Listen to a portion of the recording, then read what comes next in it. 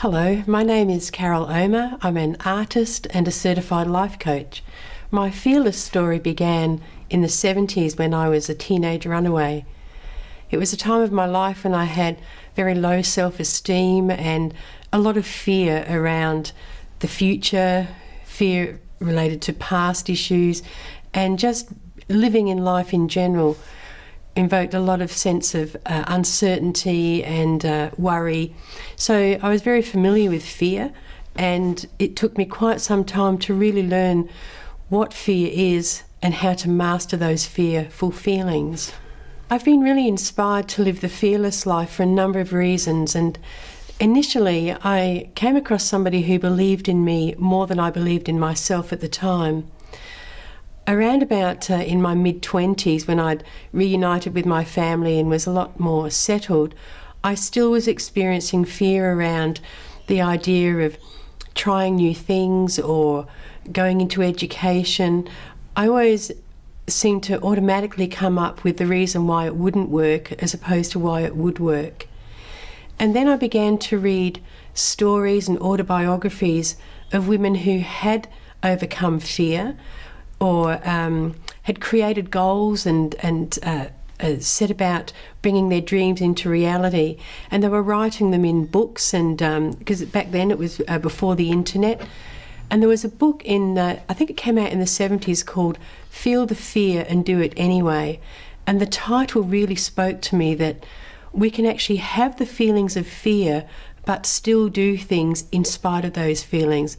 And that's when I began to really think about courage. My biggest challenge has been overcoming old patterns of thinking. I think some of the ways that we think and our views and our attitudes of how we move in the world get set in place very early in life. Some of those things we even inherit from our family pattern, or they're things that we picked up along the way that we don't even realise consciously. So one of the challenges, and perhaps the biggest challenge, has been identifying what are those self-defeating and negative thoughts and how to turn them around and use that energy that's contained in them to move forward in life. And I think that was really a turning point for me, was learning how to develop the skills to move through fearful situations, or situations that I think might be fearful, and create new changes, even though I may still have some of those feelings of doubt and fear with me. I'm very much motivated by my belief that within us all is the capacity to do and be and create so much more than we are currently doing and being and creating. I'm also motivated by creativity. I think it's a very natural resource that's inside of all of us, and that the more we tap into it, the more we access it, the more that we have. Unlike some other resources that maybe once we use things, they tend to disappear. Creativity is an extraordinary, powerful, motivating force for me. I've worked in domestic violence shelters for many years. I had a very difficult relationship in my younger years that I left. And something that people probably don't know about domestic violence is that the agencies and the shelters that support women are very much like a women's village. So you have your hands-on staff who support women and children at that point of crisis, and we see women who are feeling really defeated and have had some terrible things happen, but we still see that spark of determination. If not immediately, we start to see that sort of awaken.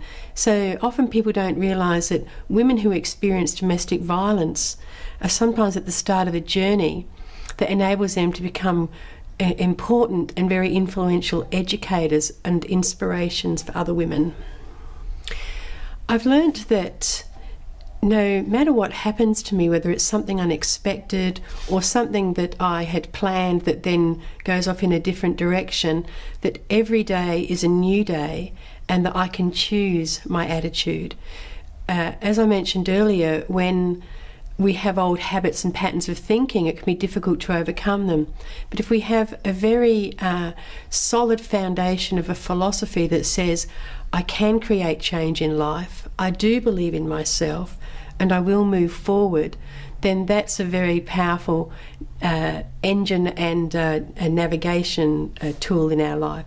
So I've really learnt that in spite of some things that happened, and I have experienced the death of a friend very violently. She was killed in domestic violence, and it was a devastating incident in my life. But I learned that I could take that story and that incident and honour my friend by using that as an empowerment story for other women who are leaving domestic violence. There's some things that we can do immediately when we experience fear, and the very first thing is to just take a deep breath. When our heart's pounding and our mind is racing, and often our body has made our hands go clammy and we're feeling alert because we're feeling fearful, if we just take a very deep breath, inhale and visualise that strong, clear energy is coming into us, and then when we exhale, visualise that the fear and the uncertainty and maybe the anxiety is leaving on our breath, then we're accessing a tool immediately through our breath that can help to just lighten that the energy and the stress of the fearful state. I would also say engage with others. There's in the support services, there's counsellors. There's also an emergence of women's group where women come and gather together, where we can share our stories and believe in one another. On the bookshelf behind me are lots of the books that I've read over the years. I read the stories of women who've overcome fear or who are still dealing with fear but creating in spite of it. And again, I would say use your creativity. Think up creative ways to deal with a situation. Access the internet. If you just type in managing fear, you'll come up with hundreds of different resources, because we're in a very technology-rich time. So there's information, there's webinars and seminars, but nothing quite beats really just sitting down with yourself and really doing an audit of the things that are holding you back, and then one by one setting goals and steps to overcome those. So I'd say breathe, be kind to yourself, look after yourself, treat yourself well, use your creativity, and read and educate yourself, because there are ways that we can overcome fear, and there are ways that we can harness that energy that fear generates and use it to move ourselves forward.